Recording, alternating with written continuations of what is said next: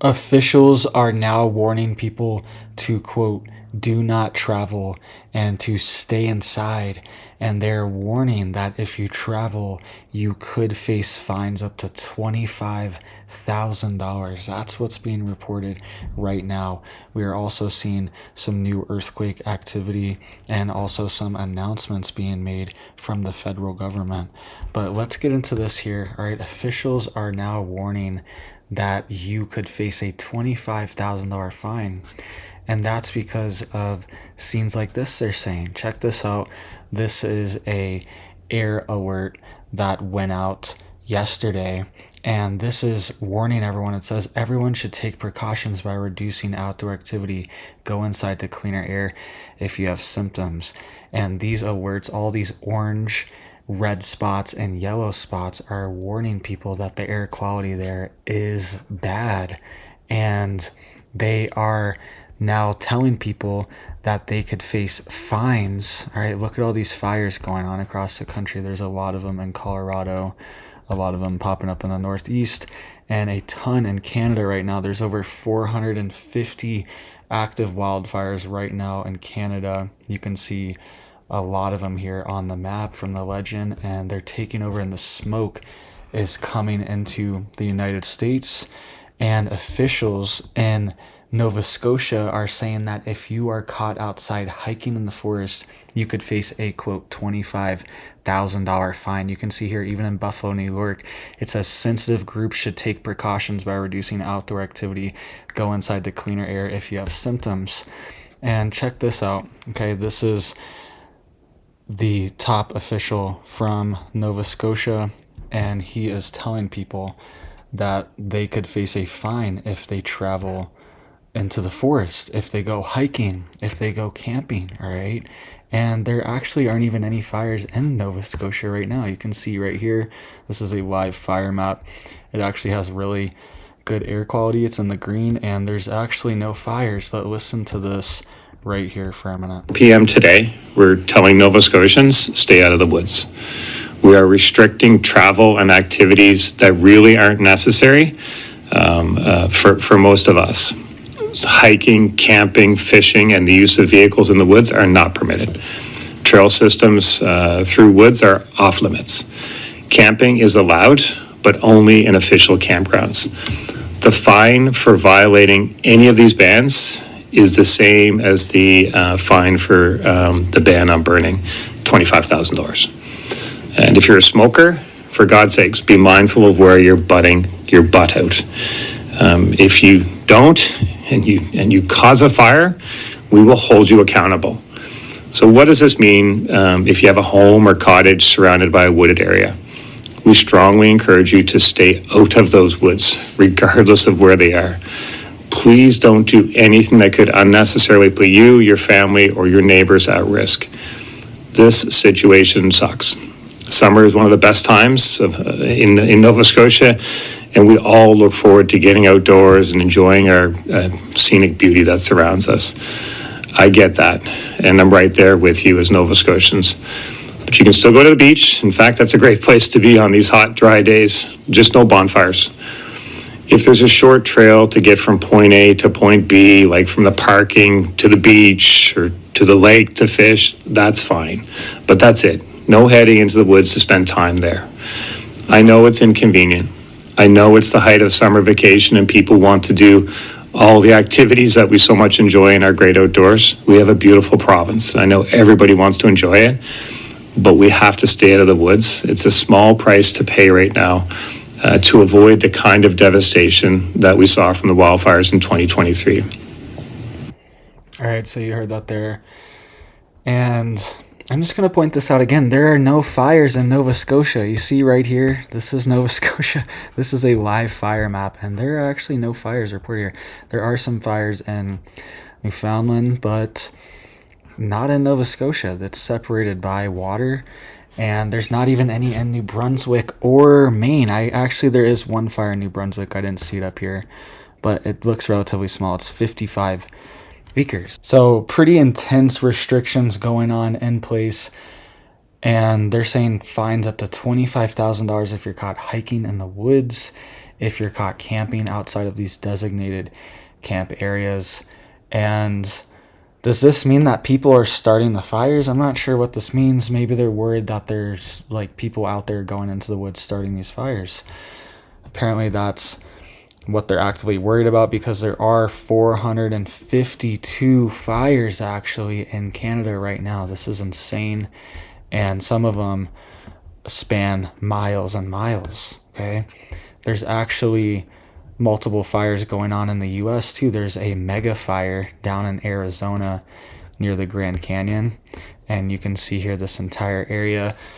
It's over 130,000 acres of Dragon Bravo fire, and it's created this smoke zone here. All right. See, it's a smoke outlook zone, and this entire area near the Grand Canyon is being flooded with smoke. There's also another fire, the White Sage Fire, that's 59,000 acres right next to it.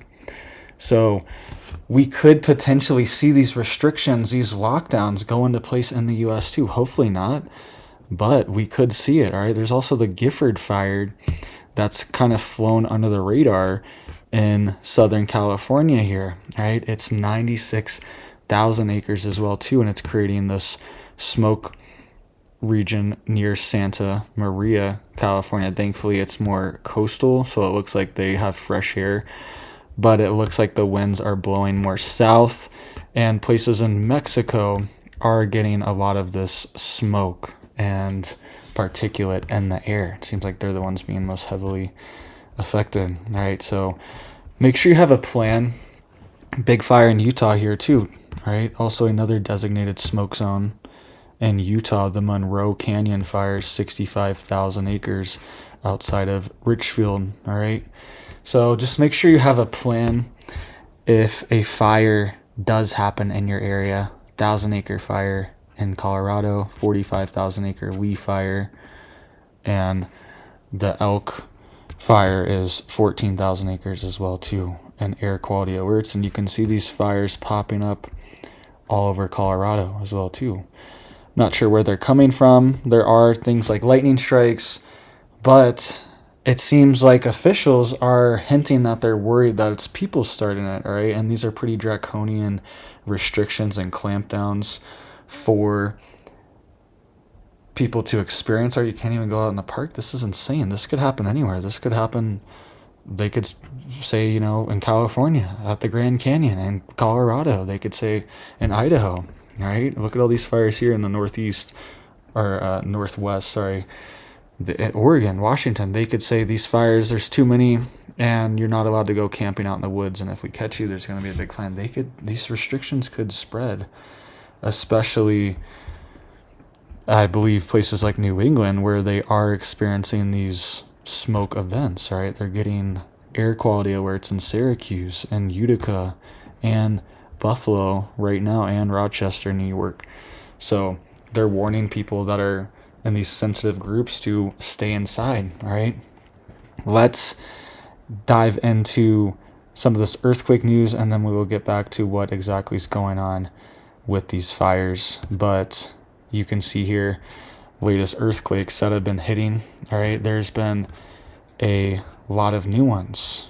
You can see here alerts have been issued for the Great Sitkin, for Mount Spur in Alaska, and also Hawaii. But there's been a lot of activity here, and there's actually a new earthquake that hit in Alaska just today. This 4.0 hit in the Ninilchik area of Alaska, which actually isn't that far from Anchorage and isn't too far from Mount Spur, actually, which is right outside of Anchorage. So in this region, we're still getting more earthquake activity, and there's also a 2.9 that hit there today as well too. So just something to think about, something to be aware of.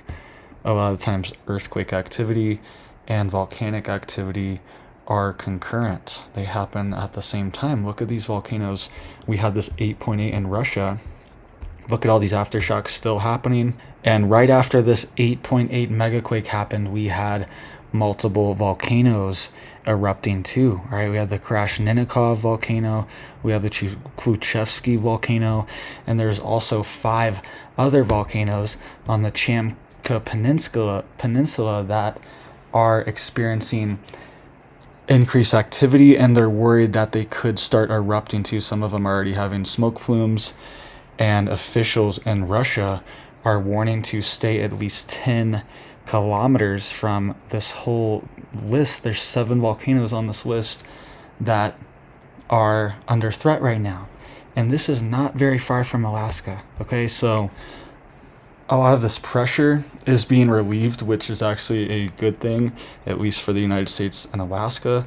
In that position, it's not great for Russia right now, but this pressure is being relieved, and hopefully it creates a valve for some of the tension to spread out, right? So it's not just keeps building, and then we have a big earthquake and a big eruption somewhere in the United States. Mount Rainier is in play right now too, and also faults along the west coast. The Cascadia subduction zone is in play, and also San Andreas fault lines are in play as well too. So lots of earthquake activity is happening. We have earthquakes happening in Japan.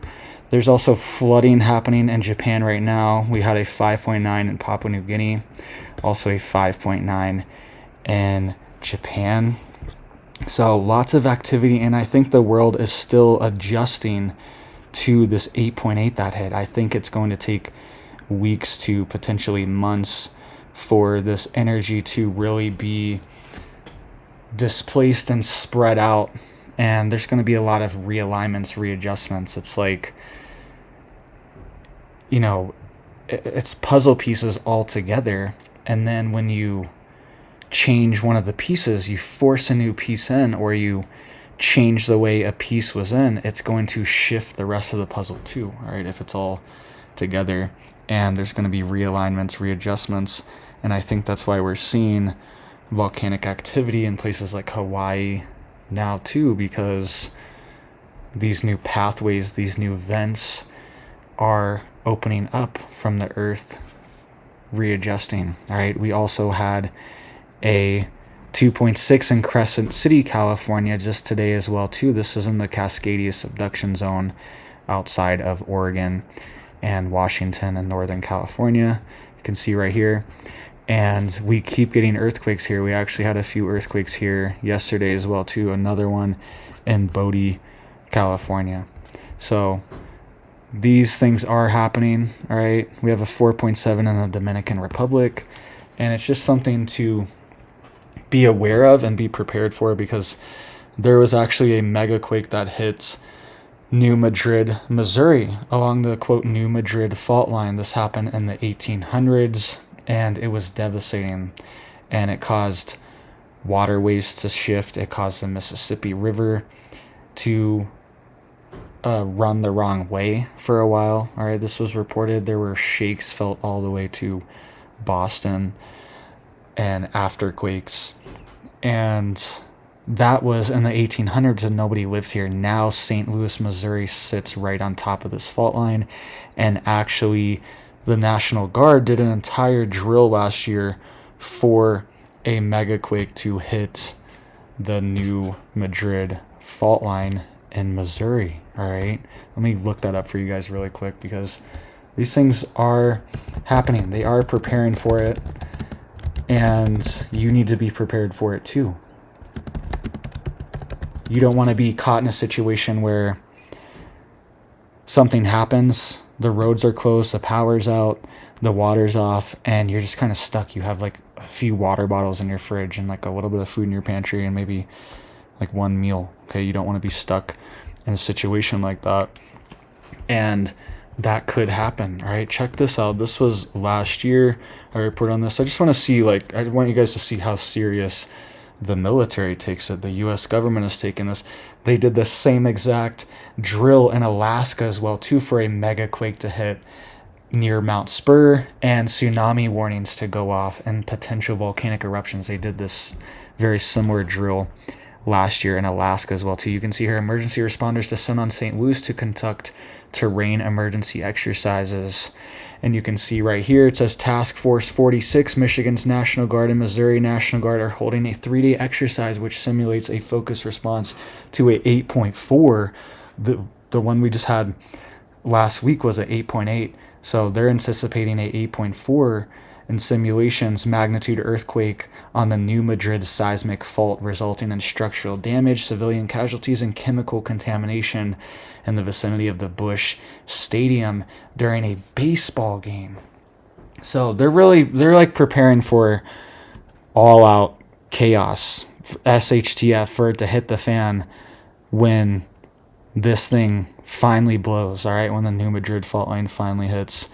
And they're worried too that they said here too that there were 3 major earthquakes actually. So there were bigger ones before, and then the big one hit, all right? And then they had some afterwards too. So it was kind of a buildup, the big one hit, and then they had aftershocks for months after, all right? You can see here December 16th, 1811 to February 7th, 1812, they were still dealing with this over a 2-month span. So, and it seems like we're overdue.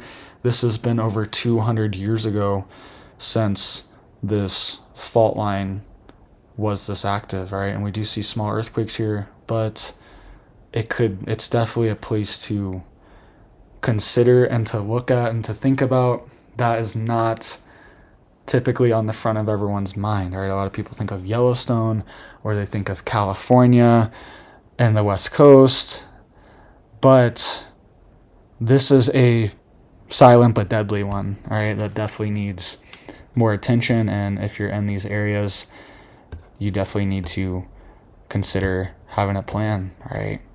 So let's watch this clip here really quick. It's just some more information showing you this wildfire smoke. It's affecting the entire country, and it's even been kind of hazy where I've been at too. Check this out really quick. Shifting north and over to the Great Lakes into the Northeast as well. Air quality has been a big concern across the region, right? You've seen that hazy sky. Chicago, look at Tuesday. This smoke continues to settle in across New England as well, and it's led to quite an unsettling look, that kind of veiled sunshine, right? And then as the sun begins to set into the evening, I saw it the last 2 days, you kind of get that glowing red orb. Well, here's a look at our smoke tracker in the last 12 hours. Thankfully, it looks like it's starting to lighten up just a little bit with the overall weather pattern. Winds shifting out of the south, kind of pushing that smoke up to the north, out of Chicago and Green Bay, still kind of concentrated across the Yup, but down across the Northeast, these easterly winds are also continuing to funnel in and settle in that wildfire smoke, at least through the night tonight and into the day tomorrow. This has led to some pretty serious air quality concerns. And again, and this wildfire smoke from Canada, yes, impacting the Great Lakes, the upper Midwest, over to the Northeast, but you see here some of our worst air quality locations in the world right now being recorded out of California. We have wildfires that have been burning out west, settling in spots like Pomona and Chino, California, even Los Angeles County, with unhealthy air right now for sensitive groups. So we'll be checking in on the west in just a moment, but focusing in back on the Northeast, you look at our air quality trend, it's been kind of touch and go, moderate air quality, which I think for the most part, we should be all right getting outside, but we've seen that kind of dip in, especially with the heat of the day, to unhealthy for sensitive groups. Air quality alerts are still up through the night tonight, and as we go into the day tomorrow, we are going to continue to monitor where the worst of that air quality is settling. But it looks as though this overall weather pattern is going to really start to shift that smoke out of our hair as well. So by Thursday afternoon, still highly concentrated across the northern tier of the Northeast, namely western and northern New York. But then we start to get a little bit of a break, especially on the 95 corridor as we close out this work week. All right, so you heard that there. And something else to consider, and people have been talking about, is that they're saying that it smells. They're saying the fires smell. This has been reported to me for years, and even myself, I've smelled this too. Sometimes it can smell almost like plastic burning or a chemical smell. things along those lines, and things can get trapped in the fire, all right?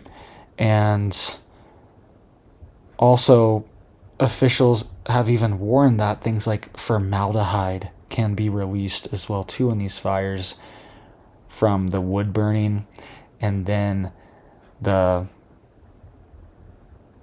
dioxins interacting with the sun and the water in the air and potentially forming things like formaldehyde in the air. So these VOCs, these volatile organic compounds, are in this fire, and they're able to turn into some nasty things, right? And some of them smell pretty rancid, right? So try to avoid this stuff as much as possible, but also live your life, all right? Don't let this affect you. I can't believe they're claiming $25,000 fines for traveling into the woods. I mean, honestly, people should probably like protest this. I don't know. And I don't know how you're supposed to report someone in the woods unless you're already in the woods. See what I'm saying here? It's like, how are you supposed to call and say, hey, I see someone in the woods? Aren't you in the woods too? Or it's one of these things like a catch-22. It might be a setup. They might just come get you and be like, oh, you're in the woods, aren't you?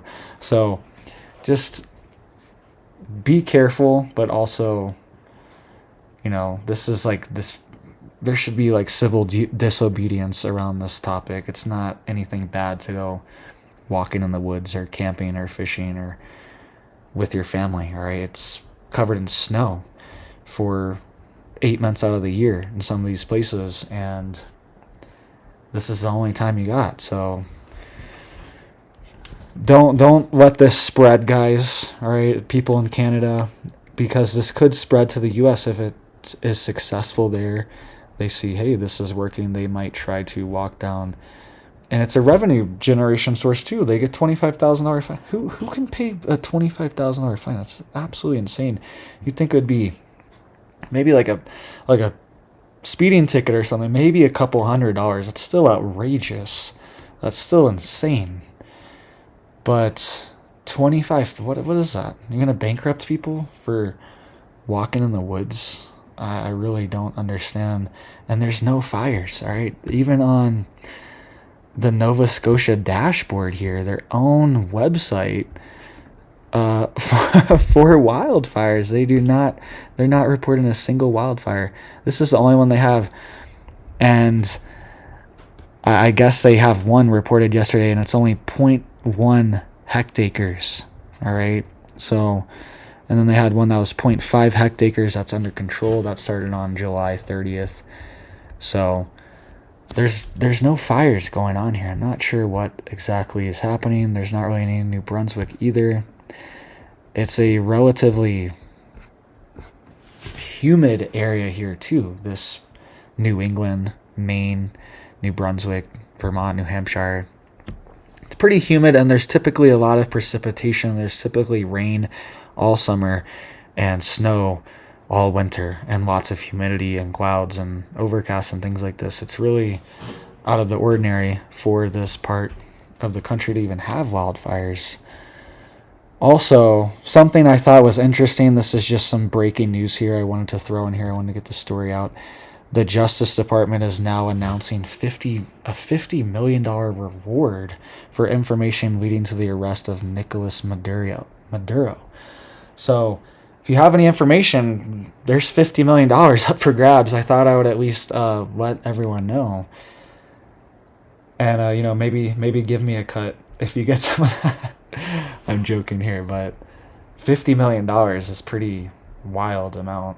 And this is actually the contested president of Venezuela. So he was the president. There was an election, and he lost, but he was saying it's rigged and there was fraud, all this stuff, which could be true.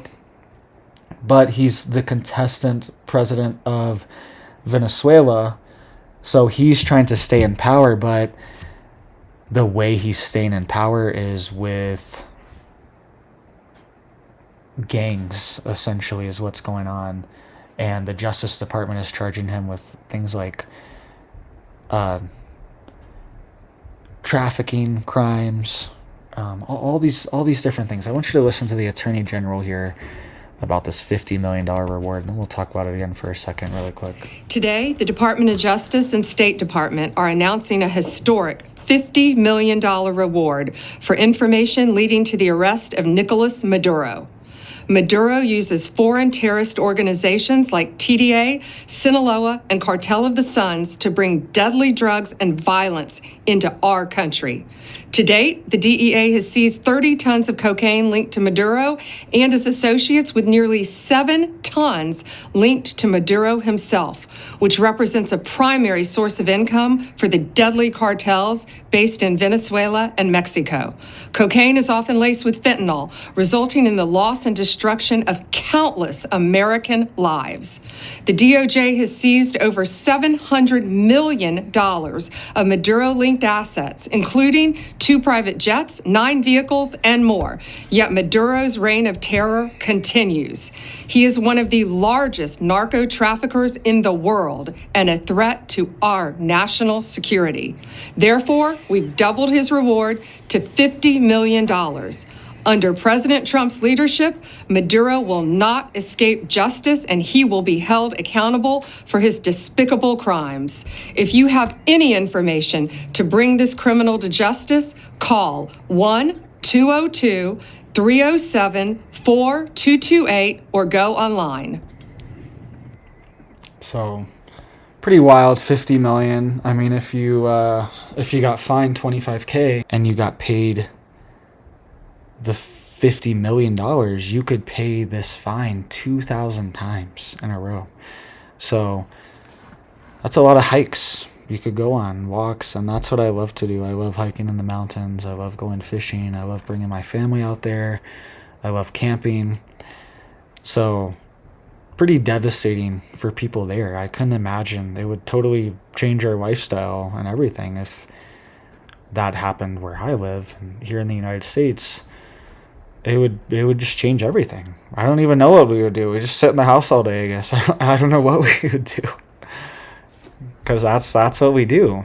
That's why we like to live in the mountains, because we like to explore. We like to go hiking, fishing, camping, all these things. So let me know what you guys think down below. Hope you guys are staying safe, staying prepared out there. I hope you have big blessings for your life, your family, and I hope you have a big old blessed day.